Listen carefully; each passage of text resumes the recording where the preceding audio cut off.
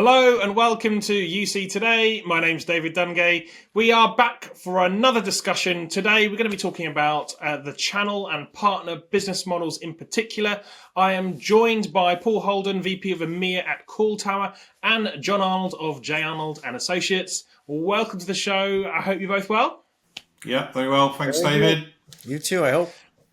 Fantastic. So let's get into some questions. Well, in fact, let's do a quick intro. Should we do a quick sort of elevator, a little bit about yourself and your business? Paul, do you want to kick us off? Yeah, sure. Paul Holden, VP EMEA Sales at Call Tower. I've been at Call Tower since March this year, leading the expansion into the EMEA region. Call Tower helps solve customer problems in the mid-market space by aggregating carriers and multiple products in order that the channel can sell solutions and solve business problems. And Jon? Okay, but Paul, can they help Watford win? Yeah, that would be good, Jon. Can you score goals? I will try. I will try. I'm a little too small to play, but anyway, so I'm based in Canada, and I'm an independent technology analyst. I've been in the collaboration and communication space for a long time, 20 plus years. So I've followed the trends, and here we are. And we're going into a pretty exciting time, I would think, guys, with this year coming. Everything's AI, of course, but there's a lot to talk about and a lot of problems to solve for your customers, Paul, right? Correct, Jon. Yeah, it absolutely is exciting, not only from a technology point of view, but again, it's an opportunity for the channel of partners to sort of evolve and augment themselves to make the most of those opportunities as well, which we know that they're fantastic at, or they historically have been fantastic at. So let's talk about that landscape a little bit. Paul, I'll come to you first. What's your view on that landscape at the moment for partners and those business models that are available to them? Yeah, sure. It's a very interesting time for the channel because, we've seen evolution now from, on-prem to cloud, and now you're seeing cloud to cloud migrations. But the coming together of, certainly in the communications world, technologies being driven by the likes of Microsoft Teams, Cisco, WebEx, and Zoom has created a whole new domain for the channel, whereby connecting into those platforms, utilizing the features and functions that those three leading UCAS platforms have built, and then layering on value-added services to ensure that an end-user business continues to function, has productivity, efficiency gains, and one lot of data set, importantly, from their communications network. So that whole evolution that now opens up what traditionally was a desktop play in the IT space to now it being, kind of IT and communications merging, or what we used to call convergence, coming together. So it's a great opportunity for the channel to help solve that problem, remove some of the legacy technologies out of that ecosystem, empower their investments in the desktop, connect it up into their ERP, CRM systems, so you have one all-encompassing solution, and being able to scale and do that at multi-location with multiple products, and therefore the channel can become more agnostic than maybe just promoting one or two or three technologies. So really focused on the business outcome, not so much the specific technology, and that's something that Call Tower empowers in the mid-market space particularly. Jon, what's your take on the current sort of state of play at the moment for the channel? Well, I think to your part of the world, Paul, doesn't that put you into being more of a Tesco than maybe a corner drugstore? That really you can bring everything to them, right? Yeah, absolutely. Probably more of a Waitrose, Jon, or a Marks and Spencer. But Yeah. I take your point. Well, yeah, because ideally you want to be that one-stop shop, and you have the background to say, we know the needs of these customer types, and you can probably not just get them going with the right tools today, but also introduce them right, to a Yeah. broader ecosystem. And to me, that's the real, when you talk about business models, where you're at is, yeah, everybody knows Zoom and WebEx and Teams, and they're kind of the defaults now. But yeah, how do you get beyond that? Because otherwise, if all your customers, this goes back to when BroadSoft was a big deal. If all your Yeah. customers are doing the same thing, you're just an arms dealer. You've got to be able to help them differentiate because their competitors are using the same things at the end user level. And so nobody wants to be like everybody else. They want to have something a little different. Sure. Well, maybe we could delve into that a little bit more, John. And talk about the expansion of service portfolios. Every partner's looking for ways to kind of increase margins and sell more to their customer base. For those partners looking to expand their offering, but also remain sort of vendor agnostic. What are the key considerations, this year and next, that, from your point of view, John? Well, I think, there's so many technologies available out, in the marketplace. And chances are most of your customers don't have the wherewithal to stay on top of all of these things. So to me, the vendor agnostic piece is the important one, because you can bring them the whole world. And then you look at them, and to me, the starting point is, what are those business problems that the customer is trying to solve? And also to get them to kind of come around to say, AI is here, whether you like it or not. It's not that scary. And you are kind of that trusted channel for them. And it can say, you know what, there are some pieces here that, regardless of what you're using as a core platform, that can come in to help solve some of these problems in ways you may not really know yet. And the thing is, I find with channels is you don't have to be the expert on everything. The main thing is, where to get the answers. And if you're the trusted partner with that customer, you can bring them to, the horse to water, so to speak, right? And say, okay, you've got these problems and there are AI tools out there that can really help you. And we can do that for you in a pretty, safe and painless way. To me, that's kind of the way to expand that service portfolio, because no channel wants to be stuck being just a dial tone provider and hitting that, basically almost free offering for anything that has to do with a lot of the UCAS features right now.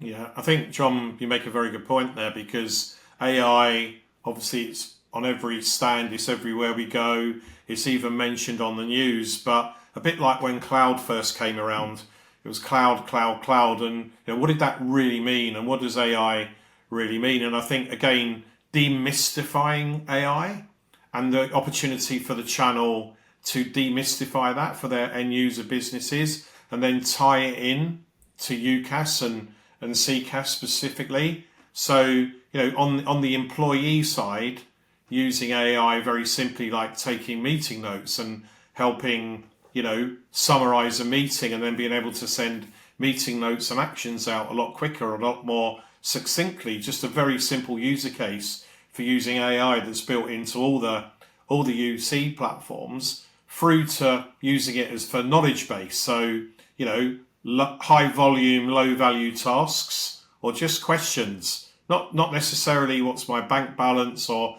just simple along the lines of, tell me all about David Dungay, and then it just comes back with a summary. It's just helping speed to information. And they're very simple user cases, and that's where the channel can help demystify, but also align it to their UCAS, CCAS portfolio, but whilst focusing on the outcome, not this runs faster than this, or this has this bell and whistle versus that. It really is now, because it is a minefield. And to John's point about number of vendors, it is a minefield. And if I was a buyer, I would work with a channel that really gave me that trusted advice, because it can be very confusing even for us within the industry. Yeah, certainly is. I mean, maybe we should touch on that. John, you kind of alluded to it, that kind of race to the bottom, which we've been talking about this for forever and a day. And of course, the market moves, augments, and we all find new ways to make money, I guess. How are you seeing partners combat this? And to Paul's point earlier, we're seeing a lot of migration, cloud to cloud migration now. Is there value in that migration? Are you seeing that, Jon? Well, when you say cloud to cloud migration, are you talking like moving them maybe from a public cloud to a private cloud, Paul? I'm talking about, so you might have legacy cloud UC platforms, where you have a third party app.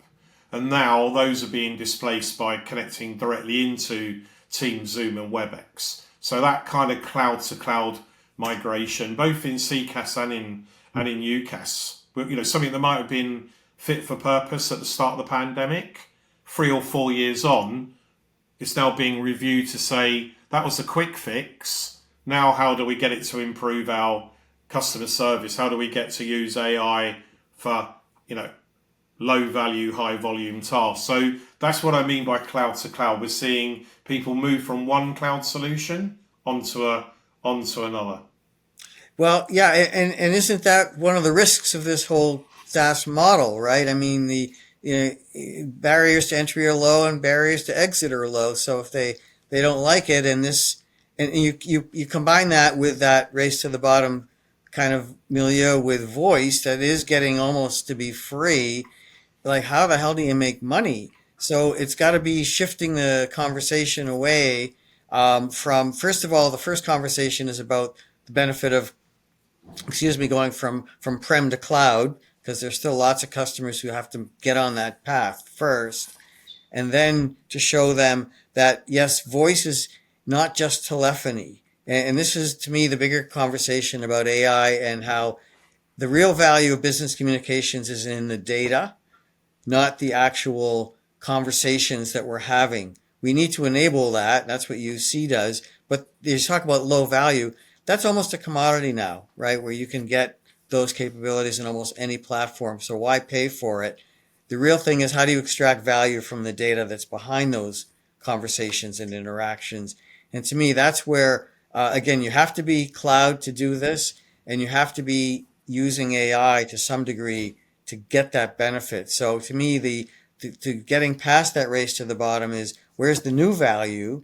And that to me is in how you capture, manage, extract, share all the data that's coming in. Because the bigger conversation to me is, every business is going through some form of digital transformation, where everything that was analog is now digital, which means it's data. And then you have to stop thinking in terms of phone calls and texts and emails, and thinking more about everything. Now it's digital. It can be searched, indexed, and then, reviewed with AI to detect patterns and new combinations of things, so you can automate and learn from all the data you're trying to manage every day. To me, that's the value proposition, but it's probably a few steps ahead of where most businesses are thinking right now. Yeah, and that, again, the race to the bottom. So the amount of opportunities I see that start with, oh, we're on this platform and we need to save money. It's quite a common opening bit. And I just look at it and I go, actually, they don't really mean that. What they really mean is, we want to get value out of our communications. Exactly. So if you spoke to someone on the board, would you be prepared to spend more on technology for you to make more, sell more, service more? No one's going to say no. So I think it's a starting point, this whole cost exercise. And as Jon, you rightly say, most platforms you can enable voice, but then there's the whole quality control, quality of service, which you don't tend to get on free or very low value solutions. But then it really is about the value added services and connecting everything in to one platform to get one data set to then drive and again affect efficiency and productivity that is truly measurable. And I think the key thing, and certainly for the channel, and I mentioned the word earlier about being a trusted advisor, it's almost like, will you come on a journey with us, and then we can evaluate with you, being agnostic, the right solutions to fix pain points or to create a good business outcome. And if you've got that kind of relationship, then people will work with you. And if you're working with the likes of Call Tower that can bring an agnostic portfolio, then it doesn't matter to the channel. It is all about the end user and solving and helping them. Yeah, maybe Paul, you could bring in a bit more about what Call Tower's doing here, and maybe share some examples of where you're making this really work for partners. Yeah. Call Tower's a 20-year-old, 20 years of heritage in the US, has over time strong relationship with Cisco, with Microsoft, more recently Zoom. We've seen that evolution over in the US off of legacy platforms, off of PBXs, off of other cloud UIs, connecting into Teams, WebEx and Zoom, and then layering on the value-added services. So, what we're doing in EMEA now is literally taking the portfolio and helping that expand into the UK and further afield. And, one of the key components of that is addressing where we win rather than spreading too thin and boiling the ocean. And so that mid-market customer, up to 1,000 users, that is multi-location, multi-product. That is where we solve the problem for the end user, and we solve the problem for the channel. Whereby, if you imagine buying a plot of land, Call Tower helps you get the plot of land.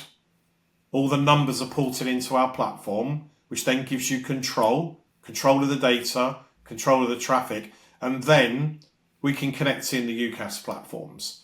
We can connect in the CCAS platforms. So, everyone can then collaborate and communicate internally because they're on one seamless communications architecture. And then you can layer in analytics, CRM integration, call recording, compliance, AI. Then you can, connect in legacy platforms, legacy PBXs, doorbells, buzzers, PA systems. I mean, anything that connects to the internet. Even in my house now, since I had it renovated, everything's connected to the internet. Google Home Hubs and various Apple devices, everything is connected, even the fridge. So if you imagine that in a business world, at the moment, there's lots of things that are in silo, and we help bring all that together to create value to solve business problems. And I'll give you a couple of examples where we're doing that. So there's a company that does private jet hire, for example, and they're a 24/7 operation. They're in 30 locations, and they deal with high net worth individuals. So unfortunately, I'm not their target market, but they're dealing with people that often need a jet on demand, or they need a bespoke custom service. So this is highly critical that their customer service is spot on, that everyone is on one platform, everyone can collaborate in real time. There's one data set, so they know how long, how many times David's interacted, what typically is David's profile when he needs to travel. You start to build up customer profiling off the communications network. So we were able to, in that example, empower teams with PSTN calling, and then layer on other services. So to make sure then that they optimize their investment on the desktop. And I've got other examples within hospitality. People checking out of a hotel room, checking in, often a 3-hour turnaround, and the logistics that goes into changing the bed linen and the towels, and a company that specialises in that. And again, empowering them to be on one platform, utilise their investment in UC, because again, any delays then affect revenue if rooms aren't ready on time. Mm-hmm. And we've got an example with Zoom, with a Dutch company that hires very expensive machinery, industrial machinery. And if you ever know much about that industry, a lorry waiting to go on site to dump a load of earth or collect a load of earth, the amount of money wasted on petrol and in time and resources if that process isn't slick. So being able to integrate the communications platform into an ERP system and a CRM system is critical. So we should never undervalue whilst calling back to the point about race to the bottom, actually the value of what companies like Call Tower bring to the table empowers the whole ecosystem and brings it together. So, I mean, look, we've shared a lot of insight on this call. Let's distill it for our audience before we sign off today. Give me your top tips, guys. For partners looking to maximise the value of that customer base over the next year or so. There's a lot of opportunity out there. The migrations are happening. We've got new technology. We've got AI. Everything happening. What are your top tips? I'll go to Paul first. Do you want to give us your top tips and kind of distill some of this conversation down? Okay, yeah. I think top tips, definitely the time for solution selling into what traditionally was seen as maybe a more commoditized market, into the UCAS space. So I think definitely now focus on the outcome and not on the race to the bottom. That's a top tip. Demystify AI. Average person on the street won't understand it. But when you break it down into simple use cases, then help the customers demystify it, and through that you'll build trust, and through that you'll help solve problems and get customer stickiness and engagement, and grow your revenue. Fantastic. And Jon, give us your top tips. Yeah, I'm with you on all of those, Paul. The things I would just add to that is to don't overlook the importance of cybersec and security. As I mentioned earlier about data being kind of the lifeblood of all of these technologies now, if you're not careful, that works against you very quickly. So I think in that conversation, and that definitely gets away from race to the bottom, you got to somehow work in the importance of having proper security, capabilities and posture in your organization to protect the data. So that would be one. And then the other is yes, demystify AI, but as with you saying, Paul, outcomes. The less you talk about the word AI, the better, and just talk about the technologies that can help address those problems. And the other, as a tip, David, I would say any opportunity you have to provide vertical expertise or vertical value add is really good. So to me, again, the race to the bottom is horizontal. It's everything for everybody, but the vertical is very specific stuff for law, real estate, retail, manufacturing. To me, that's a great way to differentiate. And the tools are out there. There are a lot of vendors who are very specific in certain verticals. So there's lots to work with. Yeah, great point on the verticals, Jon. So, Paul, Jon, unfortunately, we have come towards the end of the session. But before we go, I'd just like to say thank you so much for joining me and sharing your insights. Pleasure, David. Yeah, okay, you're welcome. Enjoy doing it. And thank you for watching. Been watching me, David Dungay, on UC Today. If you like today's conversation, please give us a like and a share on social media. That's it from me. See you next time.